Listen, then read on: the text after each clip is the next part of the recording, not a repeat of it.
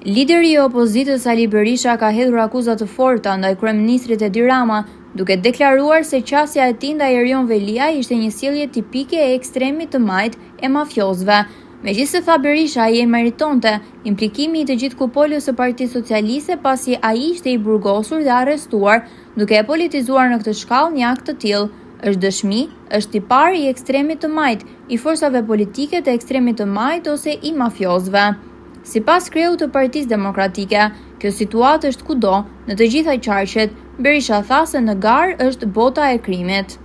Kur i levërdiste mirë të power procesin, parti pra bënte një sallat shifrash që një gjimnazist nuk e bën. Për ta paraqitur krejtësisht të pabesueshëm çdo gjë që tha.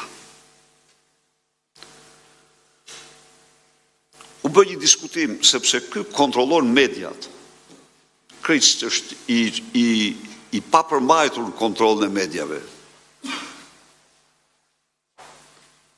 Dhe arriti ose u përpoq të fsheh kredenciale delinkuente të vetat dhe të kandidatëve të tij me kandidatë të PD-s, të cilët janë njerëz të lirë. Janë njerëz të lirë, të cilët garojnë si qytetar të lirë, në një kohë kur ekipi i tij është ekipi me katarëve të mëdhenj, që ka vjedhë me ta. Dhe që një pjesë të mirë tyre u dha një mburoj në listat mbyllura për t'i hedhur fill sapo të kryej punë.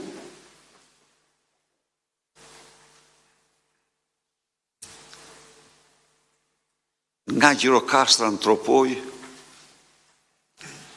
socialistët Edi Ramën e njohin si njeriu më të pabesë, që i hedh një nga një bashkëpunëtorët e tij, dhe kjo është e vërtetë. Erion Velia e meritonte, ja u them unë ju 100% atë, nuk ka asnjë diskutim. E meritonte plotësisht, por të implikohet e gjithë kupola e partisë pasi ai ishte burgos dhe arrestuar, kjo ndodh ta politizoj në këtë shkallë një akt të tillë. Kjo është dëshmi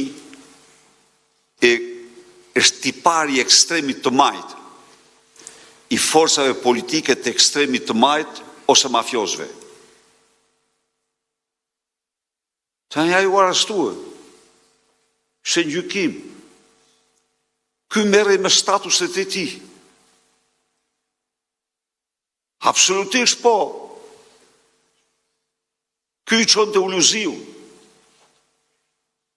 Organizonin truk mas truku, vetëm e vetëm se si ta shpërbënin totalisht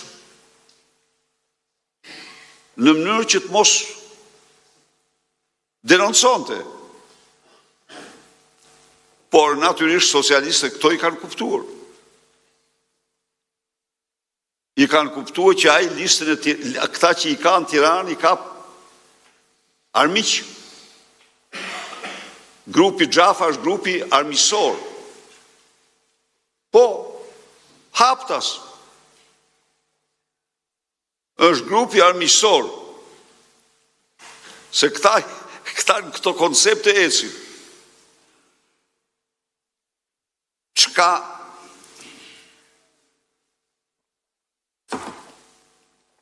po kjo situatë është kudo. Në gjitha qarqet. në garë është bota e krimit. Ndaj dhe misioni ynë bëhet çdo ditë e më e rëndësishëm. Se cili nga ne duhet ta ketë të qartë se fitoria buron nga ndërgjegjësimi i qytetarëve.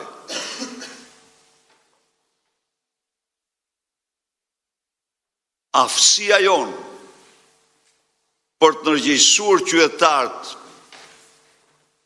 për programin që paraqesim para shqiptarëve është vendimtare.